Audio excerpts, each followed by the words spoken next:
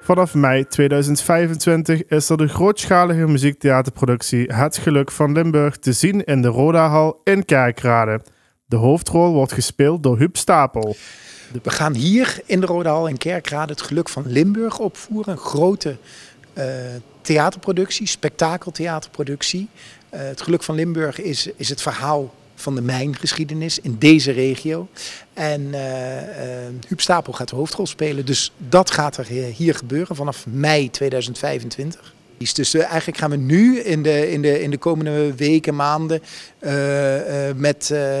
met een team. Dus we stellen dan een creatief team samen met schrijvers en ontwerpers.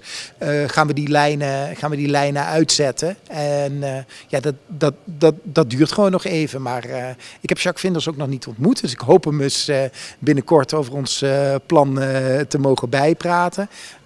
Maar het boek en zijn verhaal heeft ons allemaal zeer geraakt. Dus het zal er zeker in zitten. Nou, ik ken Tim en Jorrit allebei. Uit het verleden. En soms, ja, als je dan, ik las dat boek en ik wilde graag iets met Huub Stapel weer maken. Ik dacht, dat boek, hoe kun je dat thuis laten komen? Waar moet dat nou? En ineens dacht ik moet eens die twee mannen telefoneren of dit misschien wel een goed idee is. En ja, het is natuurlijk ongelooflijk dat je in Kerkrade met een gemeente te maken heeft die in kansen ziet, die een stip aan de horizon zien en die denken, nou, als we er met z'n allen voor zorgen dat de gemeente er wat aan heeft, dat Kerkrade er wat aan heeft, dat de instellingen er wat aan hebben, dan willen we er wel voor gaan. En ze zijn zeer serieus en zeer voortvarend. Dat vind ik enorm leuk. Dus die samenwerking met de gemeente was vlot gezocht en gevonden. En de combinatie met de Rodahal ook natuurlijk snel. Ja, die hands-on mentaliteit die vind ik waanzinnig. Ik denk ook dat de reden is dat het zo snel al staat en in zo'n volwassen vorm al verkeert. Nou, er is een gesprek geweest begin dit jaar samen met Jorrit van Melick en met Xavier Hermans. En die hebben aangegeven dat ze plannen hadden, ambities om dit te gaan doen.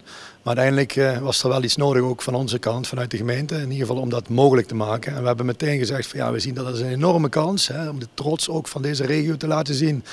En hem ook natuurlijk in die transitie waarin we zitten, van het verleden naar de toekomst, kwam het eigenlijk op het juiste moment in combinatie met de mijnsluiting die 50 jaar geleden is.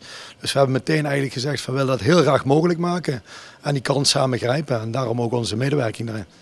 Nou, het belang spreekt denk ik al deels voor zich natuurlijk. Het mijnverleden, hetgeen waar we met z'n allen trots op zijn en ook de verbinding naar de toekomst toe. Maar daarnaast natuurlijk ook de economische spin-off die je hebt hieruit. De ondernemers in het centrum, de horeca, die zal daar zeker van mee gaan profiteren. En daarnaast natuurlijk de enorme marketingwaarde die we hebben. En vanuit Beleef Kerkrade zijn wij flink aan de weg aan het timmeren. En komt dit eigenlijk uitstekend op ons pad nu. De directeur van de Rodahal. Waarom ja? Waarom ja? Zo'n grote productie, wat echt landelijke bekendheid geeft. Dat gaat de Rodahal nog meer op de kaart zetten. En het verhaal past perfect in deze regio, dus ja, de enige juiste locatie was ook de Rodahal Kerkrade om dit te laten plaatsvinden. Ja.